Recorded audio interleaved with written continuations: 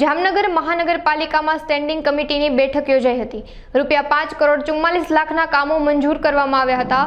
Standing કમિટીના ચેરમેનની અધ્યક્ષતામાં standing કમિટીની બેઠક યોજવામાં આવી હતી।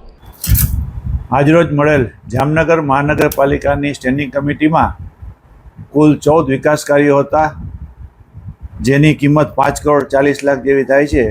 તે 14 કાર્યોને એજન્ડાને બહાલી આપવામાં આવેલ છે।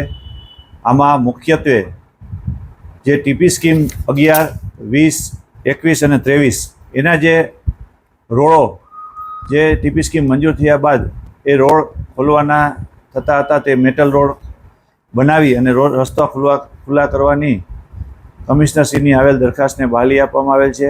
આ ઉપરાંત જુદા જુદા દરેક ડિપાર્ટમેન્ટના રોડ રસ્તાના દરેક કામોને બહાલી આપવામાં આવેલ છે। તે ઉપરાંત જામનગર શહેરમાં પડેલ વધારે વરસાદના હિસાબે જે રોડ રસ્તા ખરાબ થઈ ગયા છે, તે તાત્કાલિક ધોરણે રોડ રસ્તા આગામી તહેવારો પહેલાં રસ્તાઓ બધા મૂળ સ્થિતિમાં આવી જાય તેવી સૂચના સ્ટેન્ડિંગ કમિટીમાં અમારા દ્વારા કમિશનરશ્રીને આપવામાં આવેલ છે। આવી રજૂઆત મને કાંઈ મળેલ નથી।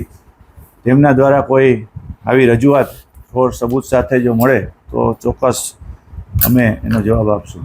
દરેક શાખાની બહાર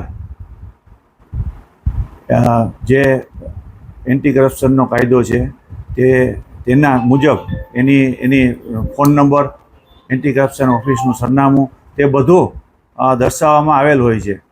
તો આવું કંઈ થતું હોય તો તેમને એન્ટી કરપ્શનને ડિપાર્ટમેન્ટની સાથે જાણ કરવી જોઈએ।